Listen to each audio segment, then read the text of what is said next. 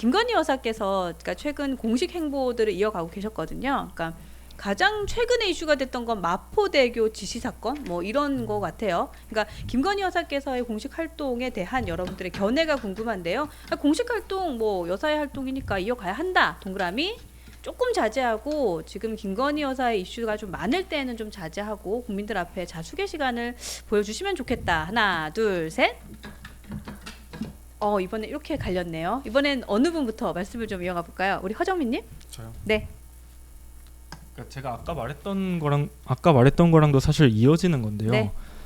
법적으로는 아무런 문제가 없어요. 하지만 그게 도움이 되지 않는 것 같다고 저는 생각합니다. 그러니까 도움이 되지 않는다. 네. 그러니까 대통령 지지율에? 대통령 지지율에도 도움이 안 되고 대통령께도 도움이 안 되고 사실 어쩔 수 없는 게 네. 나쁜 이미지, 그러니까 국민들에게 안 좋은 이미지가 이미 너무 많이 쌓여 있어요. 근데 여기서 더 공식 행보라고 말하기도 좀 그렇죠. 왜냐하면 어찌 보면 공인이 아니시니까 아까 네, 말했던 것처럼 민간인이시니까. 네.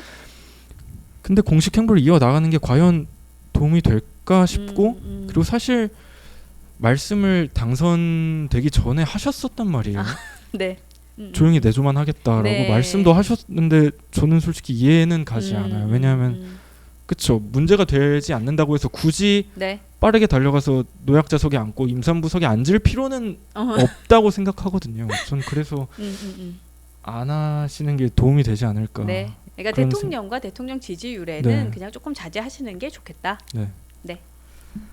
저는 오늘 나온 갤럽 여론조사에서도 네. 3분의 2 정도는 줄여야 한다는 의견을 보이셨고 보수 지지자분들께서도 50% 이상은 좀 과반 이상이 좀 줄였으면 좋겠다라는 말씀을 주셨는데 물론 여론조사가 전부는 아니지만 네. 지금 저희의 지지율이라든지 이런 걸 봤을 때 네. 수용할 수 있는 것은 수용하는 자세가 조금 필요하지 않을까. 물론 절대 상식적으로 할 수 없는 것들을 하셔야 된다는 건 아니지만 네.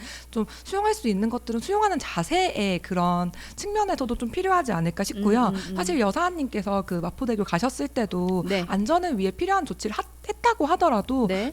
좀 어떤 국민들께는 아직 그 필요한 조치도 지금 납득이 되지 않는 상황인 거를 네. 조금은 고려해 주시면 좋지 않을까 그런 생각이 들었습니다. 그러니까 정서에 대한 고려가 좀 필요한 네, 것 같다. 맞습니다. 네. 저는 이런 생각 갖고 있는 게 대통령과 대통령 배우자의 어떤 행동 그리고 발언은 대단히 전략적이어야 한다라는 생각을 좀 하고 있습니다. 그런데 만약에 우리가 좀 경우수를 좀 나눠보면 네. 자 그럼 숨는다고 생각을 해보면 네. 이제부터 숨는다고 공격을 하지 않는가라는 점을 한번 지적해봐야 되고요. 네. 두 번째는 그러면 숨는다면 공격이 먹히지 않는가라는 부분도 한번 살펴봐야 합니다. 좋은 전략이에요. 예. 전략가라니까요, 저분이 지금.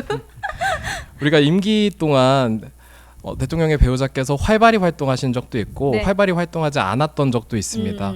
그런데 공격은 끊이지 않았고 네. 공격은 계속 유효타였거든요.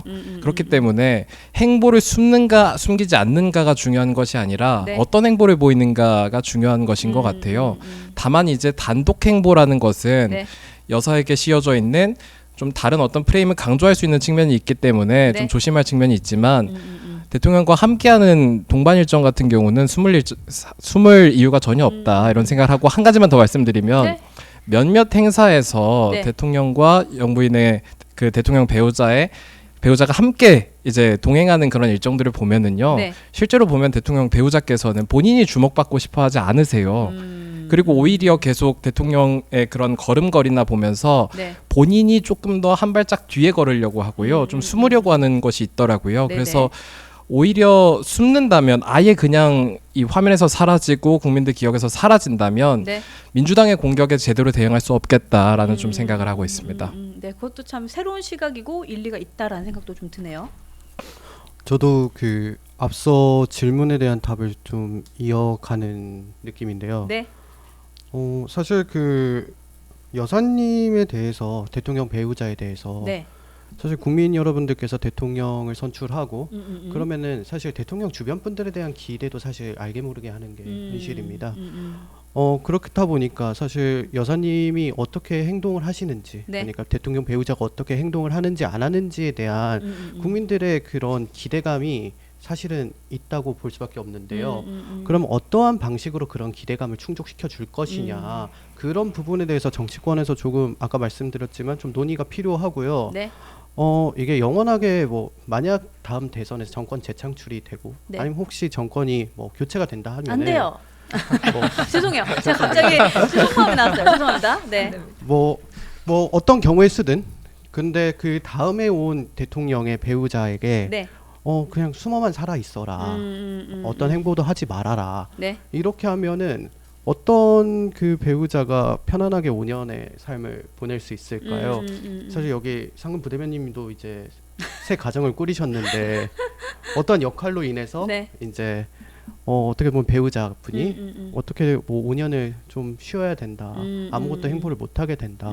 그런 부분에 있어서는 조금 좋지 않은 형태인 것 같아서 예를 들면 뭐 지금 여사님이시니까 네. 배우자분께서 하실 수 있는 네. 그런 부분에 대한 연구와 계획과 전략을 세우는 그런 활동들이 분명히 필요하다고 생각합니다. 그러니까 최근에 뭐 제2부속실에 대한 준비가 거의 다 끝났다고 하니까 오늘 방금 말씀하셨던 부분들도 아마도 뭐 좀 연구와 고민이 필요할 거라는 생각이 들고 그리고 이제 얘기를 들으면서 이런 생각도 드는 것 같아요. 우리가 서두의 프레임에 대한 얘기를 좀 했잖아요. 그러니까 어쩌면 김건희 여사의 활동을 한다 안 한다 해라 마라 이 역시도 프레임일 수 있겠다. 맞습니다. 우리가 또 거기 또 걸렸나 뭐 이런 생각도 좀 드는 것 같습니다.